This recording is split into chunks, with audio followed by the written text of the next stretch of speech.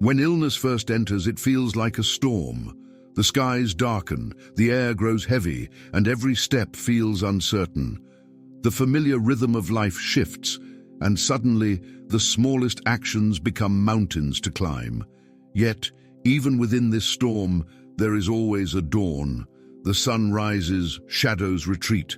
Optimism is like that light at the horizon, soft, steady, yet strong enough to pierce through the darkest clouds. It whispers, "Hold on." This moment is not the whole story. To be ill is to live in two realms at once. The realm of limitation, where pain, exhaustion, and uncertainty dwell, and the realm of possibility, where love, courage, and resilience remain alive. Optimism is the bridge that connects these two realms. It does not erase difficulty, but it ensures that difficulty is never the only truth. Like a sculpture touched by light on one side and shadow on the other, optimism helps us see both, but to dwell in the glow.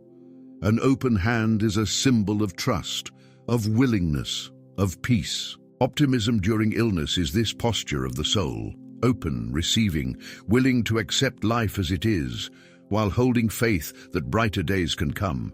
Illness may close doors, but optimism opens windows. Even stone endures storms. Through centuries of wind, rain, and fire, statues remain. Their cracks do not diminish their presence. Their brokenness does not erase their meaning. So too, in our illness, optimism anchors us. It reminds us endurance itself is beauty.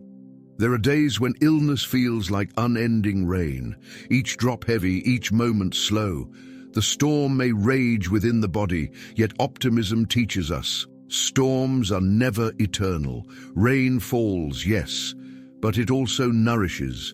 It softens the earth, prepares the ground for new life. In the same way, suffering, though painful, can prepare us for new strength, new depths of gratitude, new ways of seeing the world. In hardship, love becomes the medicine the soul craves. A caregiver's steady hands, a loved one's quiet presence, a whispered word of encouragement. These acts of kindness are not fleeting. They are carved in our memory like stone. Optimism flourishes where love is present, because love reminds us that we are never alone in our pain. We fear our cracks.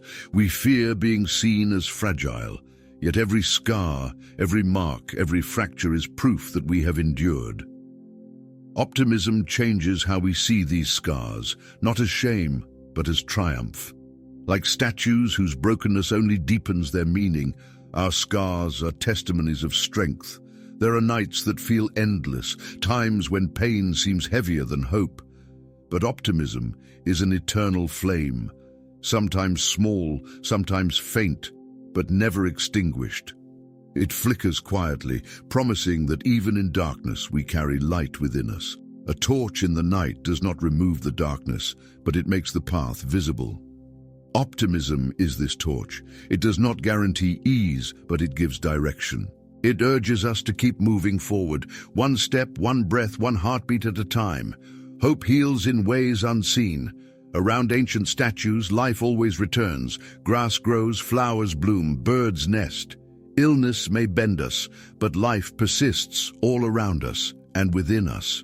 Optimism opens our eyes to this life, reminding us that healing is not only physical, but also spiritual. To look upward is to hope, to gaze beyond what is, toward what might be. Optimism lifts our eyes from the ground of suffering to the sky of possibility. It whispers, "You are more than your illness. You are more than your pain. You are light, strength, and resilience itself." True peace is not found in the absence of suffering, but in the presence of hope. Even as the day ends, the world glows in gold.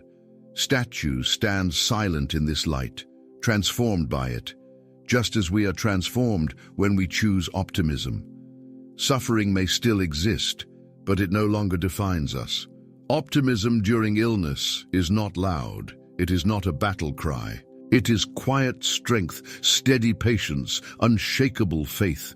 It is the whisper that says, "Stand, endure, believe," And just like statues that endure centuries of storms, we too endure. We rise, we hope, and in that hope, we heal.